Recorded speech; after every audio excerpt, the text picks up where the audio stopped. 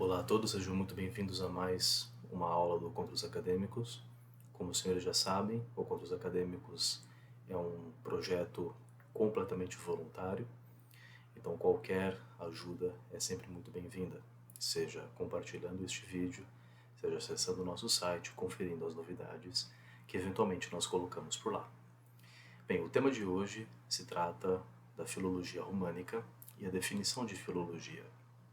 Em primeiro lugar, a filologia não é uma ciência muito simples de ser definida e recentemente nós publicamos um vídeo que nós buscávamos definir inclusive o papel do filólogo, diferente do linguista e do gramático. Os senhores podem conferir este vídeo, que estará também na descrição, ou mesmo simplesmente conferindo o nosso YouTube.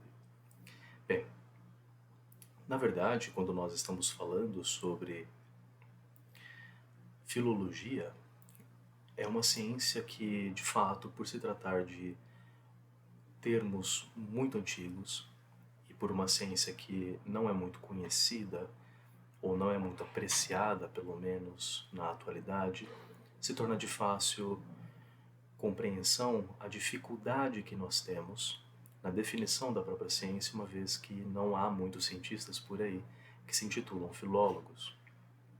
Então, logo de cara, nós precisamos automaticamente compreender a necessidade de se resgatar o seu conteúdo semântico. Em primeiro lugar, os gregos certamente foram os inventores do termo.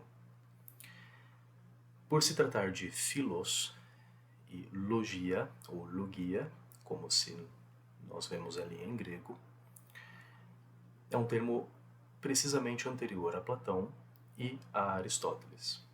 Filólogo, etimologicamente, significa amigo da palavra, e historicamente ele se encaixa na filosofia dos estoicos. Hologos, a palavra, em grego, para os estoicos, logos significava a exteriorização da inteligência, e inteligência para eles significa nous. O filólogo é, por isso mesmo, aquele que aprimora ou adquire conhecimento de outras pessoas. O termo também aparece em Platão, mais precisamente no Laques, quando o mesmo diz Kaihan doxomai to philologos, heinai kai ho misólogos, que em português significa pois tenho a impressão de amar e odiar as palavras. Então ele faz uma brincadeira, um jogo de palavras com filólogos, amor à palavra, e misólogos, de misandria, por exemplo, que significa odiar, misó, as palavras misólogos. Então, já logo no Laques, nós vemos filologia como sendo um termo comum a Platão e, portanto, ao seu período. E misologia, ou misólogo, com esta ampliação semântica propriamente dita. O termo ainda aparece na República, quando ele afirma a seguinte sentença: Hananke efe aho filósofos, te kai ho filólogos hepainei aletesta heinai, que é comumente traduzida como necessariamente diz: tudo quanto o filósofo e o filólogo aprovam é o mais verdadeiro.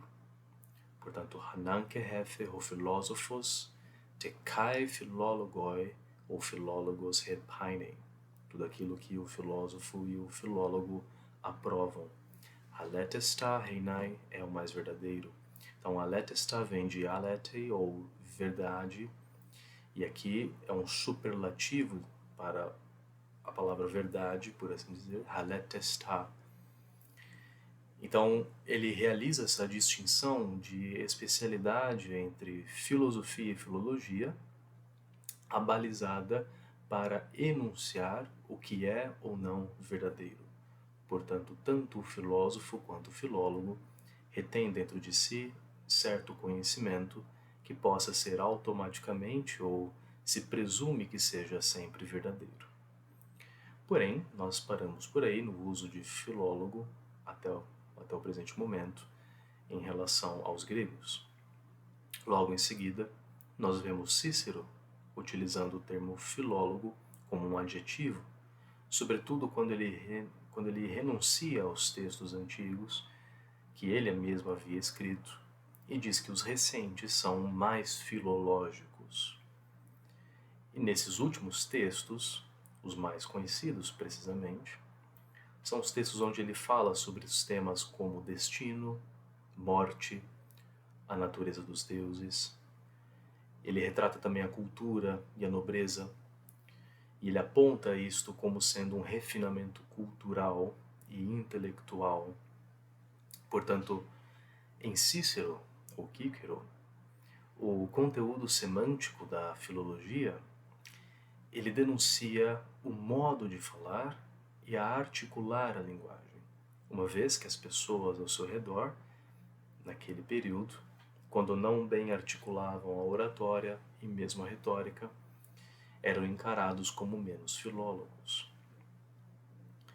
Em seguida, nós temos Suetônio, em sua obra De Grammaticis et Rhetoribus, o qual já nos dá a primeira definição especializada de filologia. Ele nos diz de que o filólogo é aquele de que contém múltiplo e de variado conhecimento.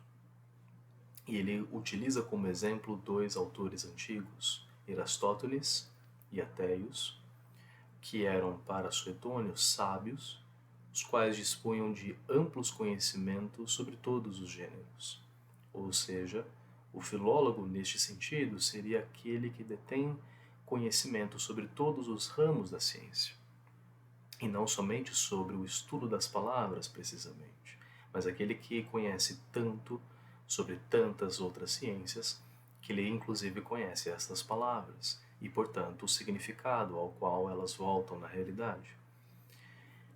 De uma maneira bem mais ampla, filólogo toma aqui um sentido de ser um cientista quase como um polímata, quase como sendo capaz de arriscar-se à filosofia ao mesmo tempo que trata de aspectos geográficos, como era no caso de Aristóteles, que não sobreviveu muitas obras de cunho geográfico, mas poderíamos, por exemplo, falar de Estrabão, que é inclusive elogiado pelos romanos, uma vez que Estrabão, o famoso geógrafo grego da cultura, havia delineado uma série de elementos que até hoje nos ajudam a compreender o período de época. E por último, a última definição, e talvez a mais distintiva, é a de Sêneca. Segundo Sêneca, se faz necessário distinguir filólogo de gramático. O gramático, por sua vez, se importa com os problemas específicos de língua e literatura, bem como os arcaísmos, as expressões típicas e as estruturas ou pontos gramaticais. Enquanto o filólogo, diferentemente do gramático, ele nos apresenta análises, deduções e é capaz de inquirir sobre os fatos linguísticos ao mesmo tempo em que ele trata de temas culturais. Portanto, de maneira muito simples e de maneira muito ampla ao mesmo tempo, como nós podemos ver, uma série de autores usaram o termo filólogo de diferentes maneiras. Isto não significa senão de que o conteúdo semântico de todas essas palavras, que são as mesmas e mais às vezes de diferentes pontos de vista, designam às vezes a mesma coisa. O filólogo é aquele que se equipara ao filósofo, segundo Platão. O filólogo é aquele que estuda as palavras, ou que melhor articula sua fala, segundo Cícero.